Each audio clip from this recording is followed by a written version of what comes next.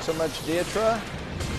This time in the morning, 10 years ago, we were waking up to a Gulf Coast that was battered by this, Hurricane Ivan. Ivan made landfall around 2 a.m. on September 16th, 2004. It was a Category 3 hurricane. More than 90 people lost their lives, $18 billion in damage. This storm went not just to our community, but all the way up into Pennsylvania, where they learned, I was reading yesterday, they learned about stormwater management and what they needed to do because it was such a test on their system up there. Dr. Keith Blackwell of USA's Coastal Weather Research Center is joining us live this morning. You rode the storm out in Silver Hill. So you learned that's not a good place to be during a hurricane. But we also learned a lot about this storm and about hurricanes through this storm. What were some of the things that you learned at the research center? Well, when Ivan, first of all, Mobile was very fortunate because originally Ivan was heading straight for Mobile County. And then the last few hours before landfall, it started turning a little bit more to the north-northeast and actually made landfall in Baldwin County. And that saved Mobile from a tremendous storm surge up Mobile Bay. Now, and that happened with a couple of storms in Pensacola about a decade earlier. The last second, they can take a move, and we never know exactly where they're going to land. It can just happen like that. Yes. So that's something I guess we could all learn from this is just whenever we give a projection, that doesn't mean that it's going to be there. That's correct. All right. So what else did you guys take away from this that surprised you about Ivan?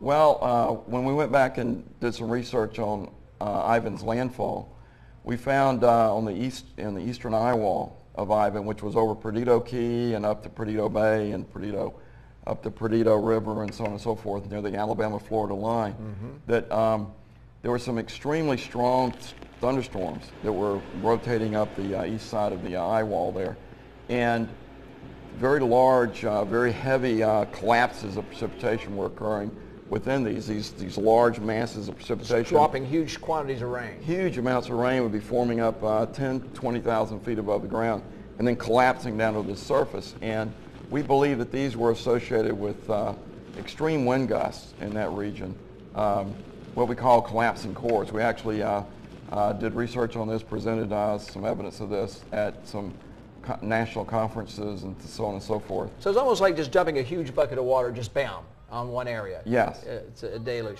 And actually that same type of profile, same type of collapsing core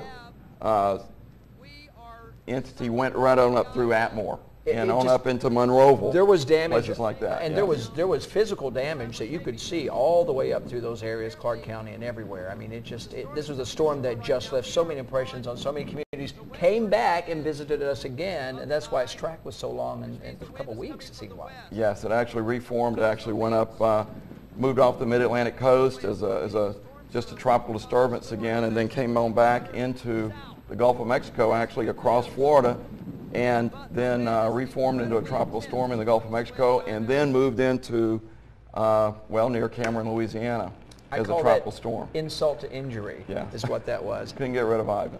Well, we're so glad you joined us today to put some perspective to us, because we cover them, but we don't know them quite as well as you do. We got meteorologists who do, but it's always good to put minds together, brilliant minds together, and see what we come up with in retrospect. Let's hope we don't have to do this again. Thank you very much. All right, thank you, Dr. Keith Blackwell of the USA Coastal Weather Research Center. Coming up, how officials plan to use the $10,000 headed to the Child Advocacy Center.